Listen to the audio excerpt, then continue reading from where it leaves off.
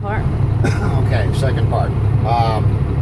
We're in our setup right now for any brake test. We put ourselves back in. We made sure our spring brakes, emergency brakes are out. We're in neutral and our truck's running. Our examiner bounces back and forth. So let's say he now says, do your first fan down. Check the low air warning, low air pressure warning.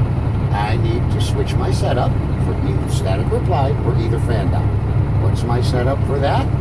I want to put myself in gear, shut my truck off, 1, 2 clicks, release both my brakes. Now, my first fan down, all I'm doing is I want to verify that this low air pressure warning, low air warning, comes on before my air pressure hits 59. 60 is legal, 59 is not. So how do I do that? They call it a fan down. I'm fanning down my brakes. Yeah, I'm just pressing and releasing, dropping the air pressure. Now, both the lights are on. We're at about 77, which in my math is above 59. So my low air warning works. It's good. I'm done. I'm happy. Now, let's say he jumps back and he says, gee whiz, what haven't I tested? We did tractor, we did trailer surface brake. He says, test your trailer spring brake, trailer emergency brake. Remember, everything has different names. Get used to the different names for it because we don't know how he's going to refer to it. And trust me, you will not fail. You will not go home. It's a test of knowledge, not a test of memorization. I put myself back into my brake setup. Make sure these are both out. I'm in neutral, and I can start my truck. Now, he told me to test my trailer spring brake. Is this okay? So what do? I want to tug against it. So I gotta move, right? Put myself in gear. I want to test this one, so I don't touch it. I release the other one. I don't touch that brake pedal. That way the only brake that can stop me is the spring brakes on my trailer. I ease off the clutch. I'm just waiting for that tug, that resistance. There it is. Push my clutch back in. Right back into my setup immediately. That way if he wants me to do another brake test, I'm ready to go. Trailer spring brake, trailer emergency brake works. Now, he may switch. He might say, okay, do your second fan down. That's the one we call the pop-out test. I have to switch my setup for my static reply to either fan down. I want to put myself in gear, shut my truck off, 1, 2 clicks, release both of these. My second fan down, called the pop-out test. First thing I want to do is I want to mention these are going to pop out, my spring brakes. My emergency brakes will pop out somewhere between 40 and 20 psi. I want to make sure the trailer pops out first. That prevents a jackknife. It locks up my rear tires and makes me stop straight. I also then want to verify, make sure I've got at least a 5 psi delay between the two of them. Because my trailer weighs 65,000 pounds, my tractor might only weigh 10 or 11. This takes longer to stop than that does. They both pop at the same time, I can still jackknife a little bit, so I want that delay. Now that I've mentioned that, and that was a little wordy, all I want to do is, again, just fan my brakes down. All I'm doing is verifying that I am going to see what it is I just said I need to see. This ain't rocket science, folks. If it was, most drivers couldn't do it and people couldn't teach it. No, I'm just watching the valves. There we go. See, I verified. I saw what it is I wanted to see. Now I know that the emergency brakes, the spring brakes, are working properly. Why is that important? Because at 70 miles an hour, if that pops first, you're dead. If that didn't get your attention, nothing will. Now, I can just put myself back in neutral. I'll start my truck. I'll build my air pressure up here. It's at this point that he may ask a few different questions. One question he likes to ask is, what's your governor? Tell me about your governor. The governor is just a brain for your compressor. It's just a switch that turns your compressor on and off. That's all it is. Just use your gauge. Keep it simple. It's going to turn on around 90. It'll turn off around 120. If for some reason it doesn't stop at 120, at 150, your safety valve, emergency valve, dump valve, everything has different names. It's on your middle tank out here. You don't have to tell him that. Your safety valve should open up at 150. That'll drop the air pressure and save your airlines. If that valve doesn't open at 150, well, guess what you're going to lose? That air pressure is going to find a weak spot, and it's going to blow something in your airlines. That's your governor. He might say, do your governor cut-out test. All I want to do is make sure that at around 120, I'm going to hear what? That's right. That's all I'm waiting for. And as long as I hear that psh back here around 120, my governor cut out, stopped the compressor when it was supposed to. Not a big deal. The other one he may ask is I'm going like this, raising my RPMs, building my air pressure up. He might say, tell me about your compressor build-up time. Okay, build up and time. This is the one I need to tell him how many PSI in how many seconds. So I tell him I want to build up at least 15 PSI in how many seconds? 45 seconds. Bingo. All I want to do is just, I can raise my RPMs, I'm just speeding the compressor up. As soon as my needle hits 90, I'll take my foot off.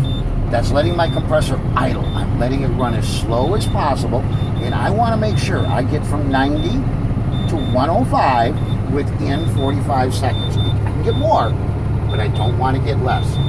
The law is 85 to 100. If you tell him 85 to 100, he'll accept it. But 85 and 100 don't appear on your gauge. So I told the examiner, I teach you guys 90 to 105 because those appear and you can see them and it's safer.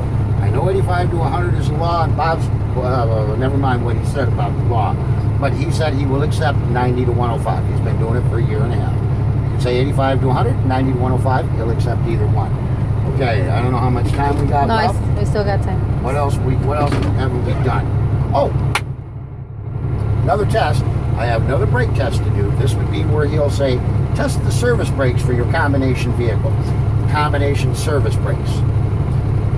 That's going to be my brake pedal. I need to isolate it, and there's something I'm looking for as I'm going to test this. So I'll put myself in gear. I got to release both of these, otherwise I won't be able to move, and I'll be testing both of them at the same time. And, well, that's when you might hear, you failed, you go home. Now to test this brake, what I'm going to do is just drive forward. 5-6 miles an hour, like this. 20, 25, 30 feet. It's arbitrary. I'm just watching my mirror. I'm watching my trailer. Clutch first, brake, I stop, and what I'm looking for is I want to make sure my trailer stops nice and straight behind me. I don't want to see any movement at all, because if I see a little movement at 5 miles an hour, how much am I going to see at 60 or 70? Common sense. As long as it stopped nice and straight, that lets me know all of my service brakes all the way around, they're all touching. They're all giving me friction at the same time, stopping my vehicle nice and straight. Here's where I share knowledge with him. I let him know if I'd have seen my trailer move a little bit, these are the things that could have made it move. Common sense. What am I testing? Brakes. What might need adjusting? My brakes might need adjusting. Other three things could be a suspension problem. That could give me movement. Tire problem. Low air tire. Flat tire. Last thing that might make my trailer move is if I've got too much weight on one side of the trailer or the other. All three of those things tip my trailer a little bit, and when I stop, it'll move a little to the low side. So those are the things that could cause my trailer to move. Just about out of time. What else? Brake. What are the 5 important? Oh, okay. We didn't do that? No, we still got 2 more minutes. So you We still got 2 more minutes. The most important parts of your brake system. Everything that starts with the word brake. My brake chamber, not air brake chamber, brake chamber, my brake shoe, brake pad, and brake drum, and the slack adjuster. If I'm going to check my brake chamber, it holds air. I'm listening for leaks. I'm looking for any damage on it. Damage that could become a leak down the road. I want to make sure they're mounted, properly mounted on my axle. Slack adjuster, no more than 1 inch of free play. How do I check it? I put myself in gear, shut my truck off, release both these spring brakes, both my emergency brakes, and now I can go back and pull on the push rod. My brake shoe, brake pad, brake drum, all three should be clean, not damaged when I look at them. The brake pad needs to be at least 1/4 inch. Oh, and the brake drum? Not thin. Not thin. That's it. How do my brakes themselves work? When I step on my brake pedal, air will go into the brake chamber. It goes into the service side of the brake chamber. That's going to push out the push rod. It moves the slack adjuster, turns the camshaft, That presses the S-cam against the cam rollers. That spreads the shoes and pads against the drum. That creates what? Friction. Friction. And that's how I stop. When I take my foot off of the brake pedal, the first thing that happens is air's got to leave the brake chamber. If it doesn't, my brakes are locked up. So when that air pressure leaves the brake chamber, the return spring helps everything go back to its original position. Why? Because the return spring's attached to the brake shoes. As they spread, the spring stretches. So once that air pressure leaves, the return spring wants to come back to where it started. As it comes back, it puts everything back to where it started. The back side of the driver's side. What? Oh, what's round and adjustable on the driver's side? Mm-hmm. You tell me. What's round and it's on the driver's side? You tell me what it is. Oh, it's a torque bar. Try again. It wasn't? It's round, so it's round like a rod. You got the first word right. Torque what? Torque rod. Torque rod. What's on the other side? Torque bar. Bingo. What's between your hangers? Sway bar. Okay. When it comes to your steering system up here, how many castle nuts do you have? 7. Okay. How many over here on the driver's side? 5. Bingo. How many on the other side? 2. Oh, you should give her a hand, boy. She's doing well. We got any more time? We got to stop. Yeah, that's it. All right.